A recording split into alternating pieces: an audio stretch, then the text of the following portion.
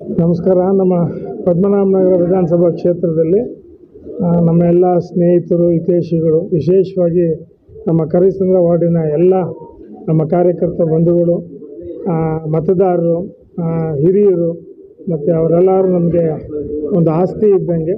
ಕಾರ್ಯಕರ್ತರಿಲ್ಲದೆ ನಾವು ನಾಯಕರಾಗಿ ಸಾಧ್ಯವೇ ಇಲ್ಲ. ಅಂಥ ಕಾರ್ಯಕರ್ತರ ಒಂದು ಪ್ರೀತಿ ಅಭಿಮಾನದಿಂದ ಇವತ್ತು ಅವರೇ ನನಗೆ ಸರಳವಾಗಿ ಹುಟ್ಟುಹಬ್ಬವನ್ನು ಆಚರಣೆಯನ್ನು ಮಾಡಿದ್ದಾರೆ.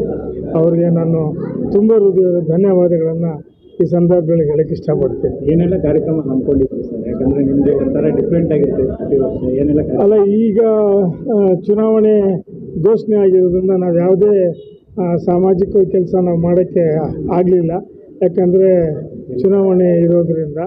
ಸೊ ಅದಕ್ಕೋಸ್ಕರನೇ ನಾವು ಬರೀ ಒಂದು ಆಶ್ರಮಕ್ಕೆ ಹೋಗಿ ಬಡ ಮಕ್ಕಳಿಗೆ ಒಂದು ಊಟದ ವ್ಯವಸ್ಥೆಯನ್ನು ಮಾಡಿ ಬಂದಿದ್ದೀವಿ. ಚುನಾವಣೆಯಲ್ಲಿ ಯಾವ ಥರ ಸಿದ್ಧತೆಗಳು ಮಾಡಿದ್ದೀರಾ? ಈಗಾಗಲೇ ನಮ್ಮ ಲೋಕಸಭಾ ಚುನಾವಣೆ ಏಪ್ರಿಲ್ 26ನೇ ತಾರೀಕು ಘೋಷಣೆ ಆಗಿದೆ. ನಾವು ನಮ್ಮ ಬೆಂಗಳೂರು ದಕ್ಷಿಣ ಲೋಕಸಭಾ ಕ್ಷೇತ್ರದ ಅಭ್ಯರ್ಥಿಯಾದಂಥ ಶ್ರೀ ತೇಜಸ್ವಿ ಸೂರ್ಯ ಅವರು ಮತ್ತೊಮ್ಮೆ ತಮ್ಮ ನಾಮಪತ್ರವನ್ನು ಸಲ್ಲಿಸಿದ್ದಾರೆ. ಬಹಳ ವಿಜೃಂಭಣೆಯಿಂದ ಸುಮಾರು ಒಂದು 10ರಿಂದ 12 ಸಾವಿರ ಜನ ಗಣಪತಿ ದೇವಸ್ಥಾನದಿಂದ ಜಯನಗರ 2ನೇ ಬ್ಲಾಕ್ ರಿಟರ್ನಿಂಗ್ ಆಫೀಸರ್ಗೆ ಹೋಗಿ ನಾವು ನಾಮಪತ್ರವನ್ನು ಸಲ್ಲಿಸಿದ್ದೇವೆ. ಭಾಳ ಉತ್ಸಾಹ ಇದೆ. ಮತ್ತೊಮ್ಮೆ ಮೋದಿ ಬರಬೇಕು, ದೇಶಕ್ಕೆ ಒಳ್ಳೆಯದಾಗಬೇಕು ಅನ್ನೋ ಒಂದು ಎಲ್ಲ ಅಭಿಪ್ರಾಯ ಸಾರ್ವಜನಿಕರಲ್ಲಿ ಬಂದಿದೆ. ಹಾಗಾಗಿ 400ಕ್ಕೂ ಹೆಚ್ಚು ಸೀಟನ್ನು ಈ ಸಲ ಗೆಲ್ಲಬೇಕು ಅನ್ನೋ ಒಂದೇನು ಸಂಕಲ್ಪವನ್ನು ತೆಗೆದುಕೊಂಡಿದ್ದಾರೆ. ಅದಕ್ಕೆ ಪೂರಕವಾಗಿ ನಾವು ನಮ್ಮ ವಾರ್ಡ್ನಲ್ಲಿ ಕೆಲಸವನ್ನು ಮಾಡ್ತಾಯಿದ್ದೀವಿ.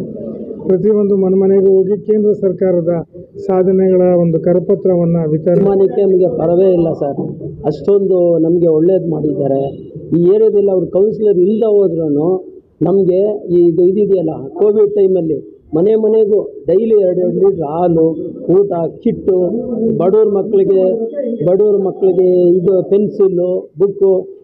ಅವ್ರ ಪೋಸ್ಟಲ್ಲಿ ಇಲ್ಲದೆ ಹೋದರೂ ನಾವು ಯಾವಾಗ ಬಂದು ಈ ಥರ ಹಣ ಮನೆಯಲ್ಲಿ ಈ ಥರ ಕಷ್ಟ ಇದೆ, ಈ ಥರ ಪ್ರಾಬ್ಲಮ್ ಇದೆ ಅಂದಾಗ ಉತ್ತಮವಾಗಿ ನೋಡ್ಕೊಂಡಿದ್ದಾರೆ. ಅವರಿಂದ ನಾವು ಫಾಲೋವರ್ಸು, ಅವ್ರಿಗೆ ಏನು ಬೇಕಾದ್ರೂ ಮಾಡ್ಬೋದು, ಅಷ್ಟು ಒಳ್ಳೆ ಕೆಲಸ ಮಾಡಿದ್ದಾರೆ ಸರ್.